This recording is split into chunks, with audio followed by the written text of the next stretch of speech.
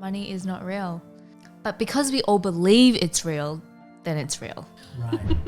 I think the fun fact, I think you were telling me about that, and it was like money is the currency, that it doesn't matter if you're rich, you're poor, you're black, you're white, you're Vietnamese, you're Chinese. It's the currency that we can all talk to and agree with, and that's really, really cool. Yeah.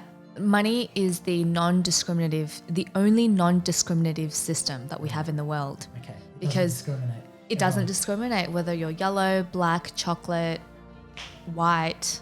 I love it. Peanut butter, etc., etc. Exactly. So 2020 holidays, 2020, what a year. Yes. And in our intro, the first little quote that we had was show her, don't tell her. And I feel like this particular Christmas is us being to the extreme of showing Ocean what we want holiday and family to be like, versus just telling her, you know, we live by these principles of community, of depth, of growth, and then all of a sudden we just go, Christmas! I really think holiday becomes quite stressful at times, right? There's so much obligation. And I know growing up in a big family, there's a lot of obligation because there's you know, dinners and lunches and people that you got to invite over and barbecues that we're hosting, and I really think it's a time where you start to do things because they've become obligation or they've become habit, as opposed to you doing things for the sake of you wanting to do things. And so this year I've kind of stepped back, and I've made it a year where I'm going, okay, do I want to be spending my Christmas around these people? Is this the best thing that I want to do with my time? And almost it's really selfish, isn't it, Kerry?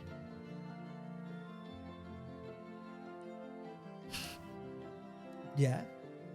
Elaborate. Why is selfish good? Is selfish good? Elaborate. Why I'm asking you. Is selfish good? I am the queen of selfish. Why are you selfish?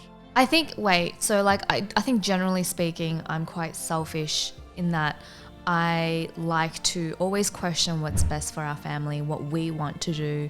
But then there are certain instances, particularly these big gatherings, where I'm a conformer. Is that the word? Yeah, I'm a conformer. So because everyone is doing it, I feel a sense of obligation. I feel a sense of, well, you know, let's just not create disagreement and disgruntledness around this situation. Let's just go ahead and do what everyone else is doing. And what happens? Oh, I was going to say, well, what happens is we had Ocean, and now it becomes, okay, well, it's not just us two, because we can talk to each other and say, hey, like, we're just doing this for, you know, not for us. Okay, cool. Back to like last Christmas, let's say last Christmas and you know, the last 6 Christmases that I spent with my family, or I would say my family. The last 6 Christmases have all been, it took me 3 years to understand the pattern of Christmas, but it's always been the 24th. We first go to church, we do the sermon, there's a Christmas sermon, and then everybody lines up and they get their wine and they get their piece of paper that they put in their mouth, and then they drink that, and then we go back to your parents' home, and then we have a big feast which lasts roughly about 5 minutes, and then after that when everybody finishes their food, we then rush to dessert because we want to then rush to the presents, and then we end the night about 9 p.m. And all of that is like between 5 to 9, it feels very, very hectic. Okay. Very hectic. Do you enjoy it? I have always wanted a really big Christmas, because that's what Christmas movies tell me is joyous, and, you know, the gathering of everyone being really fun and loving. And so I've always had in my mind that that's what I want. And now that you've experienced it.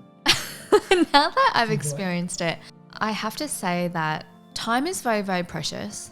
And now that I understand how precious time is, that's not how I want to make the most of my time, and most of your time, and most of the time that we get to spend together, making time for other people as well.